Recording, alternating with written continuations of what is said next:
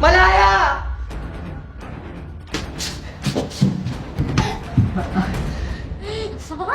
Kailangan mo nang mamatay para magkasama na tayong dalawa! Ah! Ah! Ah!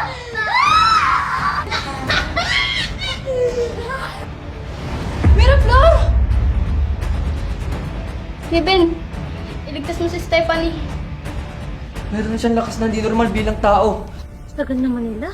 Tita, si Kayla po sinapian. Papatayin niya po si Stephanie. Kailangan niya po ng tulong ngayon. Ha? Totoo yun? Opo! Dito ka na lang, Bettina. Tutulungan ko lang sila. Sige, ingat ka ha, Danilo. Oh, Ano mo papabayaan si Malaya?